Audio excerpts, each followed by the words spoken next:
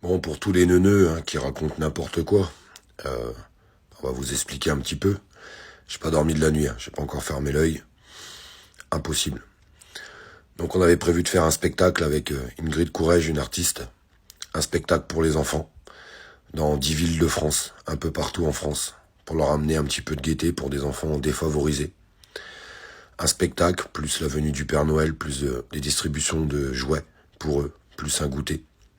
Avec une énorme organisation, avec 6 comédiens, toutes les équipes techniques, tout le matériel, tout ce que ça représente, toutes les locations. On s'était lancé un gros challenge, très très gros challenge, avec une cagnotte participative bien sûr, mais qui était gérée par la société de production comme on l'avait annoncé sur les lives, pas par Olive Olive, touché 0 € de tout ça.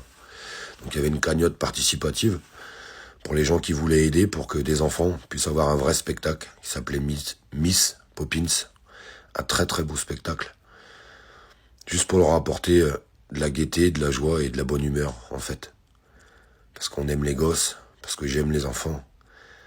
Et on vit une période difficile et on avait envie que ces enfants puissent avoir un moment de joie.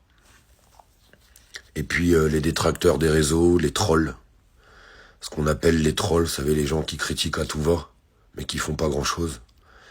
Et puis quand on essaye de faire quelque chose, ils essayent de vous détruire, de vous faire passer pour un voleur, pour un bandit ou tout ce que vous voulez. Je rappelle que tout ça a été géré par une société de production, un comptable, tout ce qu'il y a de plus légal, quoi. Mais bon. J'annonce d'ailleurs que toutes les personnes ont été remboursées, puisque c'était tombé, la société de production gérait la cagnotte, et là ils ont fait le remboursement hier soir. Ingrid Courrèges, cette artiste, a décidé d'arrêter, parce qu'elle a été victime de cyberharcèlement, de menaces, d'insultes, que ça soit sur Google, que ça soit sur sa société de production, que ça soit sur ses réseaux. Moi en même temps, mais moi j'ai l'habitude. Pas très grave tout ça.